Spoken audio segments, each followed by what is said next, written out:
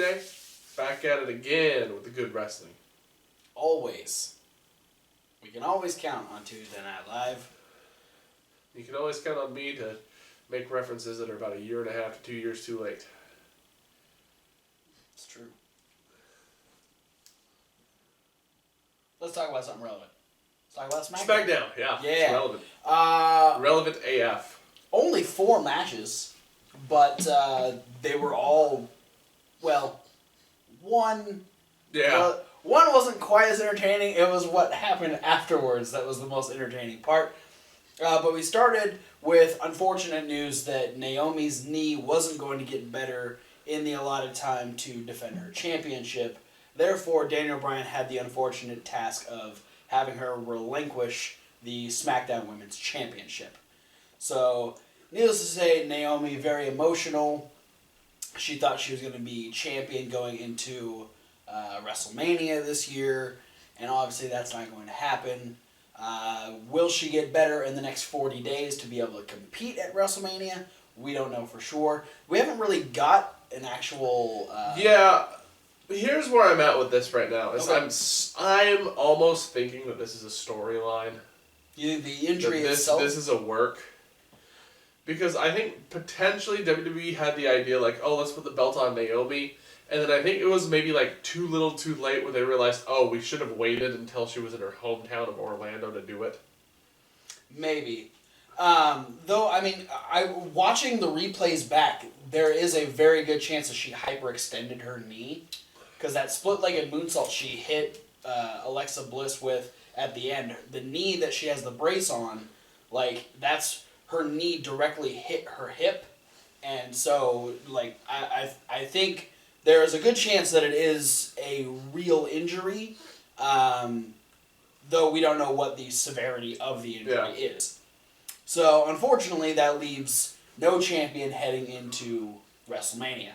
But Alexa Bliss, who's been wanting her rematch for the last 2 weeks since Elimination Chamber, comes out and says, well, I'm just fine, and I was supposed to get a rematch, so technically I should be the champion by forfeit. And Bryan's like, you know, it's hard to take the title from Naomi, but I think the hardest thing to do would be to just give you the championship. So I'm not going to do that. Instead, I'm going to make you work for it, and I'm going to put you in a match against Becky Lynch to determine the new SmackDown Women's Champion. And that match is going to happen right now! What? And it's Alexa Bliss versus Becky Lynch, so we know it's good. Yeah. Because they've done this quite a few times. Still a very entertaining match. Not the outcome I was expecting, or not the way to the outcome I was expecting. I was expecting a little bit more of a definitive win. I liked that it was a very heel win. Yeah, I was expecting a cheap win. Yeah, that's just been Alexa's MO since she's won the title. Yeah, I was expecting something different, but the dragging, because she kept trying to get out of the ring, and Becky kept stopping her and pulling her back in. So she grabbed the apron the last time, and as she pulled it in, and the ref went to go get it out of the ring, Becky picks Alexa like double throat thrust, and then rolls Becky up and pulls the tights and makes sure that she's getting that pinfall. And Alexa Bliss is a 2-time SmackDown Women's Champion. She's the first ever 2-time SmackDown Women's Champion. Indeed, she's congratulated by her best friend Mickie James, who then runs down to try to attack Becky Lynch. But Becky's like, fuck you, bitch. Get the hell away from me. And Mickey's like, okay. So, Becky's still looking strong, but Alexa Bliss is the SmackDown Women's Champion once again. We had Natty talking a little bit of trash, talking about how she was going to expose Nikki Bella during their Falls Count Anywhere match, you know, for the worthless wrestler that she claims to be, and all kinds of stuff. Just and how fake she is. Yes, how fake she is, and her. How did she say fake tits? It was funny. Her silicone something. Yeah, I remember. It was funny. But before we got to that match, we had a tag team match where American Alpha beat Breezango real quick, because that's what they do. The best part of this whole thing was, the crowd really behind Breezango, or behind American Alpha, but all of a sudden there's just this loud, oh yeah, like someone's really excited for American Alpha. And has a microphone. And it's the Usos who just begin to lose their fucking mind. Yeah, they cut one of the most erratic, they just hyperactive promos I've ever seen. Jay was on something. Like, Jimmy was loud and aggressive. Jay was in a whole new world. And they lead into what I guess is their new catchphrase is, it's not the paranoia, it's the Usos, saying that American Alpha is going to be, keeping their head on a swivel and goosebumps and all that stuff. So, Gonna get got. Gonna get got by the Usos. That was... The best part was the Usos promo. To be real, I kind of want to see more of these promos. I do enjoy how they're playing this new heel Usos. Yeah. But that was followed by our women's Falls Count Anywhere match. You okay? I feel like the Usos are watching me right now. Yeah, they were crinkling a paper bag outside the window. Creepy. Natalya versus Nikki Bella. Falls Count Anywhere. Off to a slightly slow start. They fought more in the ring than I expected. But then Natty played a really good heel move where Nikki tried to pull a table out and she put it back in. Nikki learned how to use a kendo stick. Yeah, good job, Nikki Bella. She didn't whap her with the handle like she did to Carmella. They fought into a random trash hole over in the crowd. What the fuck was that? We still don't know. Mysteries of the hard camera side. There's just random things over there that you never actually see until people fight there. They ended up going back to ringside. They went up to the stage, and they went to the back. Yep. And I know how excited you are about how they're setting up this new storyline, especially with the whole. I'm excited about it. Yeah. It's news to me. Yeah. With the initially it was the powder in Maurice. The powder floof. Yeah, the powder floof in Maurice's face. This time, perfect Maurice placement for Nikki Bella to just get chucked into Maurice, fall through a curtain. Created some destruction backstage. Yeah. And it created the curtain to create like a Grim Reaper effect. Natty ended up getting her face thrown through a mirror. Yay. Then they ended up fighting back out to ringside where Natty attempted to get the sharpshooter on, but that was turned into the STF by Nikki. But before Natty would tap out, Maurice came running out with a fucking lead pipe. Or I'm pretty sure it's just one of those like really thin aluminum poles that they use to hang that curtain up. Yeah, I'm pretty sure that's what that was. She beats Nikki with the aluminum rod, pipe, lead, whatever the fuck it is, until Miz comes out and actually has to like pick her up and carry her away. Basically, Miz comes out and grabs Marie's leg. No, you can't do that right now. And then that allows Natty to pick up the win over Nikki Bella in the Falls Count Anywhere match. Yeah. So, some good heel wins tonight on SmackDown. That leaves us with only one more match. It leaves us with our 10-man battle royal to determine who will face Bray Wyatt for the WWE Championship at WrestleMania 33. Now, we had all 9 of them. Ken sans Cena everybody had like Cena. Backstage bits talking about being excited about the Battle Royal and what they're going to do, and, I mean, some of them were good. I love Luke Harper's promos. Harper's promos are great. Ambrose's promos are usually funny. And then instead of Cena getting a promo, they gave one to Bray Wyatt. Yes, he did. Yeah, he got to say a little bit before everybody started coming out. So yeah, we have our 9 eliminations, and we're gonna talk about them now. Thank God, Mojo Rawley was first. Yeah, Banderas over the top rope by Baron Corbin.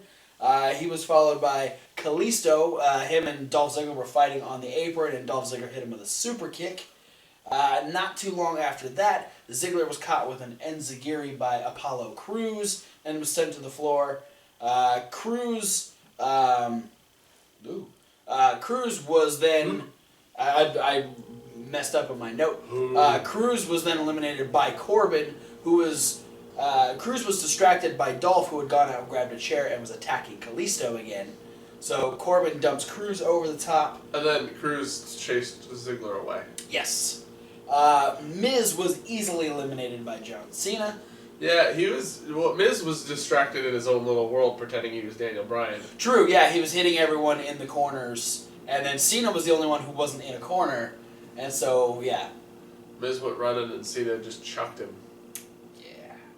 Ambrose was then the cause of Baron Corbin's elimination due to a low bridge.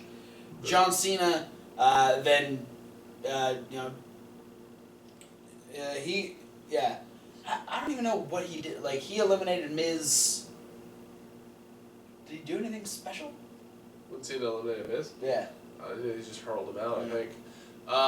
Then Corbin pulled Ambrose out of the ring, gave him the end of days, and I think that actually distracted Cena. Yeah. And Miz came up from behind and threw him out. Yeah, and like that's the one thing that's always bothered me. Like all the referees saw an already eliminated person come in and eliminate Cena. I feel like that shouldn't justify an elimination. Yeah, I mean, it's one of those gray areas in Battle Royals. And this time, like in this one specifically, the commentators and the referees were really trying to put over that it's a legal elimination. Yeah, because every single referee stopped John Cena. Like, yeah. No, you got to go to the back and Cena. Because it's like, a Battle Royal, it's like you can't disqualify somebody for interfering. True. And Cena just kind of took it. Like he seemed really fed up. He's like, all right, fine. If that's how it's gonna be, and he just kind of like stormed up the ramp. Yep. And Get ready for Bully Cena next week. Oh shit! He's gonna beat the shit out of Miz. So we are left with our final 3. That is Dean Ambrose, Luke Harper, and AJ Styles. And a lot of precarious situations here. Yeah. At first, they just all punched each other a lot on the apron on the ramp side. Yeah. And then eventually.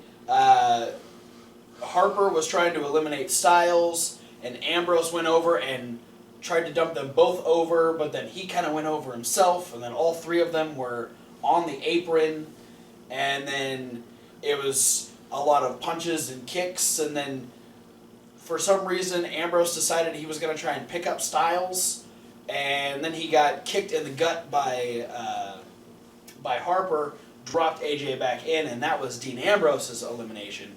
So we're left with Luke Harper and AJ Styles, our final 2, who they kicked the shit out of each other. Yeah. And once again, very precarious situations. A lot of time spent in the corner on either side of the turnbuckle.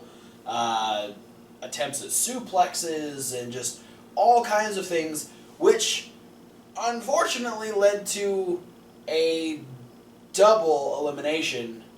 To where we had the referees trying to decide which one was out first, and some referees saying, oh no, they both hit at the same time, and a lot of Harper and Styles just getting mad, and both of them trying to say, oh no, I was the one that won. Then Daniel Bryan decides to come down and say, well, due to the discrepancy of the referees, this is being ruled a draw, so we'll decide our winner next week. Alright. Kudos Smackdown 1 for not showing any replays of this. Yeah, because it was bad. Because it was not a convincing double elimination. Styles easily hit the ground first. It was worse than that Undertaker Batista cage match. Oh, yeah. Where Undertaker easily dropped before Batista did. And then they did the side-by-side replay where they obviously changed the timing to make it look like it, even though you could still see on like one of the screens that one of them hit first. Yeah. But luckily for SmackDown, they've learned from their mistakes. There was only one camera that had a very wonky view, and they didn't show the replays. Yeah. So we can give them that credit. I wish Daniel Bryan would have just said, "Okay, you two get back in the ring. First person to get eliminated, you're done, and the other person's going to WrestleMania." I think especially with the way SmackDown ended, I think it would have made a lot more sense because we can kind of guess where this is going. Yes. And I'm very excited. Absolutely. The fact that he held on and it was very split as to whether Styles or Harper was going to win. There wasn't like someone with a clear advantage. But the fact that we went off the air with Luke Harper standing in the ring and Bray Wyatt and Randy Orton on the Tron and Bray Wyatt laughing. Yeah, because after all the announcement and stuff, Harper discus clothesline AJ Styles onto his head. Yeah. It would have just made a lot more sense if Harper won and then, Wyatt obviously thinking, okay, well, I'm the reason you're here. So Wyatt would obviously have that, that mindset of, I have this in the bag. Yeah. So which I don't think we mentioned it. They made a match for next week. Yeah. It's AJ Styles versus Luke Harper. Winner is I'm the official winner of the Battle Royal. Yeah. Battle Royal's still going. Which I'm not upset at the. It's going to be like the longest running Battle Royal of all time. It's going to be over a week long. Do Royal Rumbles count as Battle Royals? No. Okay, never mind then. I was going to say Curtis Axel is still in one Royal Rumble because he was never eliminated from the first one. Then when he got eliminated, he's still in that second one. Yeah. That one's still going. That's like 2 years now.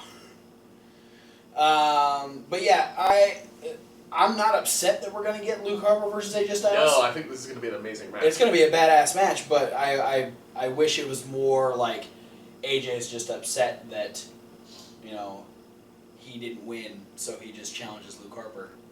I think that'd be cooler. And then you have, like, Randy Orton and or Bray Wyatt just watching from ringside or something. But we don't write SmackDown. You know what else we don't write? 205 Live? We don't write 205 Live either. But we did have a really good 205 Live. Yeah, we did. We finally got the match that we were supposed to have on Monday Night Raw between Akira Tozawa and Brian Kendrick. Yes. And this was a pretty nasty match. Gross. It was just disgusting. Filthy. No, it was brutal. It was both of them just with high animosity towards each other, and Brian Kendrick obviously finding another lesson, as he called it. Yeah, so Brian Kendrick, man, with the creative ways to beat people. Yeah. Using the canvas drawstrings to tie Tozawa's foot to the ring. Yep. Outside. Both of them were on the outside. At about a count of 4 or 5, he decided to put the foot in there and get it underneath the canvas ties, got back in, and defeated Akira Tozawa due to countout. And that was apparently his second lesson that he's teaching Akira Tozawa. I can't imagine that Tozawa is very happy about the situation. Yeah, apparently he's teaching Tozawa whether he wants to learn or not. And you can't teach that? Sure. Alright. It's Raw, I'm just kind of going with the flow. Up next we had Noam Dar versus Mustafa Ali. Noam Dar really upset about what Rich Swann said last week about dedicating a match to his girlfriend. Yeah, you don't say anything about a guy's girlfriend like that. It's the worst. What kind of deplorable man would do something like that? Yeah, Rich Swann, what a scumbag. Rich scumbag Swann. Weird that they named a movie after him. What, Scumdog Millionaire? Yeah. Black Swan.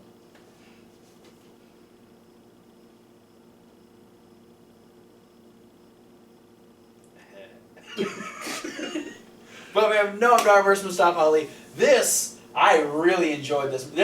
This might be my favorite Noam Dar match. Noam Dar utilizing the trip Yeah. very well twice.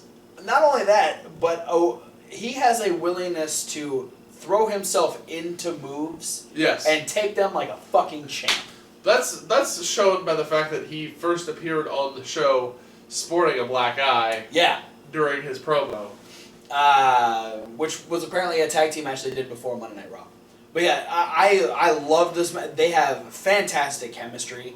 This is like, I know they're doing Dar versus Swan, but I'd really like to see this kind of be a slight offshoot of this feud.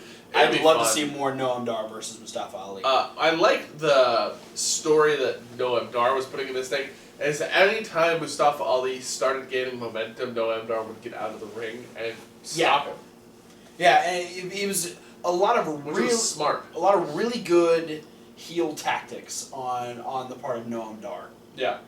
And you know, utilizing the fact that Mustafa Ali is a high flyer, we saw first he tripped him while he was on the apron by just kicking the leg out from under him, but then he used that again when Mustafa Ali was going to the top rope. He kicks Mustafa's leg out from under him, and Mustafa just lands face first and bounces off the top rope. Yeah, well, he went forward. He smacked his head on the top of the ring post. Oh, I fell back. I thought he just hit the turnbuckle. Oh, that's even worse. That's just nasty. It was face on the post, sternum on the turnbuckle, and he whacks and it whiplashed him back into the ring. His back rolled with enough room for Noam Dar to set up and hit his running knee strike, and Noam Dar picks up a win over Mustafa Ali. Then, this is usually Corey Graves' thing, talking about the newcomers to 205 Live. We've seen Akira Tozawa, we've seen Tajiri, we've seen Grand Metalik. But this time, Austin Aries took charge. He says, I want to introduce the brand new member to 205 Live, this man. The greatest man who ever lived, Austin Aries, is making his return to the ring. That is exciting. I'm glad he's healed up. It's been a long time. It's been a while, and I remember right when he first got injured, that they were actually questioning whether or not he was going to get cleared to return to wrestling because of the damage to his face. It was a very delicate injury that he got, and it's a good thing that he's gotten to a point where he is able to come back, because it would suck that Austin Aries finally gets to WWE and he's just immediately a commentator. Yeah, that'd be a really shitty way to go. But yeah, so not really sure when he's going to be making his return. Yeah. But we do know that Austin Aries will be making his return to the ring very soon. And our main event, Jack Gallagher going against Not Quite Neville. We're talking the return of Tony Nese. Woo! Tony Nese no longer injured. Woo! We're getting some other injuries, and other injured people are coming back. Woo! Finn Balor. He's next. So he's fighting Goldberg? No. I just got a weird mental image of Goldberg wearing the Finn Balor face paint. No. Moving. No. Coming through the sparks. No. Jack Gallagher versus Tony Nese. Another really great match. A lot of good technical wrestling in this. Yes. Tony Nese just every time I see him, he just shows me more and more of how complete of a package he is as far as a wrestler. Just the whole shaft and balls and everything. Sure. I was thinking more you get a set of something. It's just everything you need. I wasn't thinking testicles. Instead of a whole package. Yeah, like a gift. All You're sick. You're sick. But you said package. So another word for the junk area. Yeah, I get that. It's never mind. Jack Gallagher versus Tony Nese, fantastic match. Yeah, a little bit of a preview of what we'll be getting between Gallagher and Neville. Yeah, Tony Nese is so well rounded in the ring that like everything he does just flows. The fast stuff, the agile stuff, the strong stuff. Talking about that picking Gallagher up with one arm, like it was fucking nothing. Yeah. It was amazing. Like, we see so many people do that, but everyone has to do that, like, oh, look how strong I am, and Nese is just like, look how fucking strong I am, I can throw him around. Punch the wall behind my house. That's how intense it is. Yeah, no, it was fun to watch. Especially, like, considering, like, when Roman Reigns does it, he looks like he struggles so hard. Yeah, Nese don't give a fuck.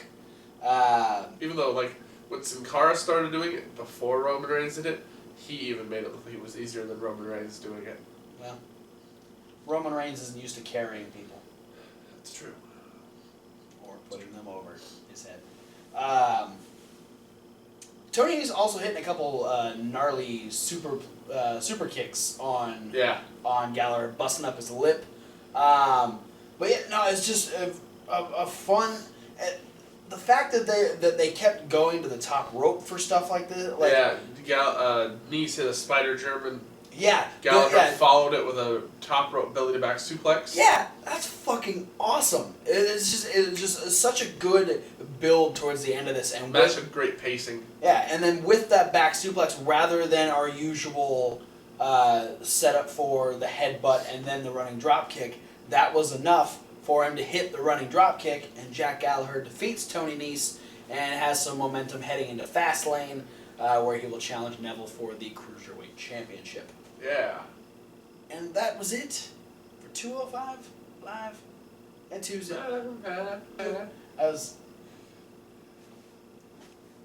That's it. Thanks for watching. Don't forget to like, comment, and subscribe. Click on the links down in the description. So many links down there. Social media medias. abroad. Podcast. We want to use all those social medias to talk to you guys, so hit us up on the Facebook, the Twitters, the Instagrams, the what are the other ones that are down there? My Snapchat. You can email us. Emails. I get a lot of spam, but not from you guys. Facebook. There's Tumblr. Yeah. There's all kinds of stuff. Check out the podcast, like you already said. That's the one that says SoundCloud down there. Check out our other channel. That's Reasonable Wrestling Fans. It's reasonable to W. Like wrestling. Thanks, Mickey.